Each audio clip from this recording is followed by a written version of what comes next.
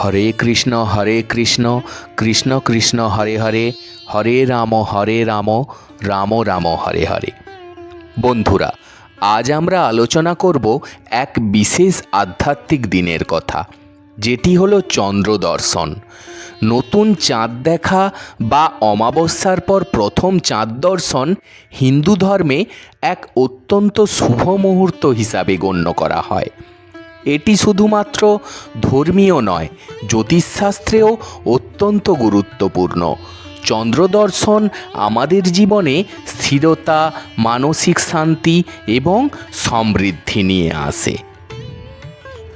নতুন বছরের 1 জানুয়ারিতে যদি এই ব্রত পালন করা হয়, তা অত্যন্ত শুভ বলে মনে করা হয়।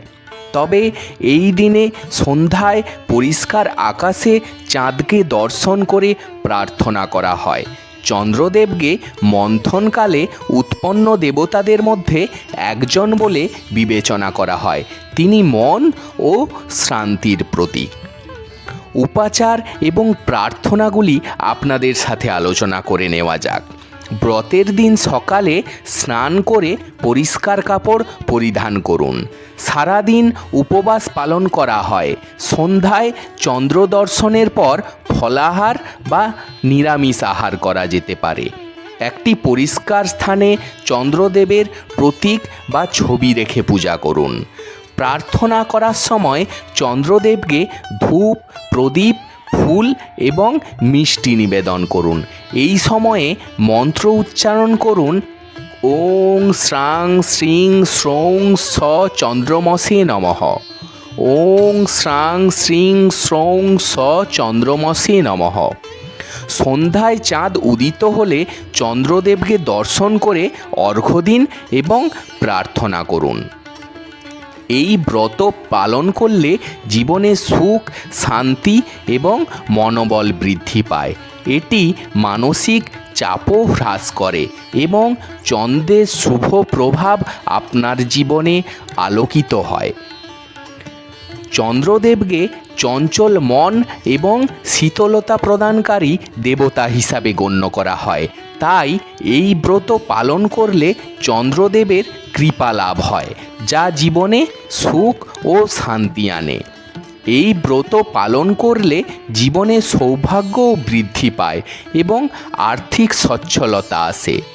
চন্দ্রের শীতলতা মনকে স্থিরতা দেয় এবং মানসিক চাপ কমায়। এটি ধ্যান এবং আত্মিক উন্নতির জন্য সহায়ক। প্রাচীন বিশ্বাস অনুযায়ী চন্দ্র দর্শনের সময় প্রার্থনা করলে শারীরিক ও মানসিক রোগ মুক্তি লাভ হয়। চন্দ্রদেবকে সৌন্দর্যের দেবতা হিসাবেও বিবেচনা করা হয়। তার কৃপায় শারীরিক ও মানসিক সৌন্দর্য বৃদ্ধি পায়। সন্ধ্যায় চন্দ্রদেব উদিত হলে তাকে দেখার মাধ্যমে ব্রত পালন শুরু হয়। চাঁদের দিকে জল দিয়ে প্রার্থনা করা হয়। চন্দ্রদেবকে উদ্দেশ্য করে অবশ্যই এই মন্ত্র কিন্তু উচ্চারণ করতে ভুলবেন না। ওং শ্রাং শ্রীং শ্রৌং স চন্দ্রমসে নমঃ। 1 জানুয়ারি ব্রত পালনকারী ব্যক্তি সারাদিন উপবাস পালন করুন এবং চন্দ্র দর্শনের পর নিরামিষ আহার করুন। চন্দ্রদেবকে চতুর্দশ রত্নের মধ্যে একটি বলে ধরা হয়, যা সমুদ্র মন্থনের সময় প্রাপ্ত হয়েছিল।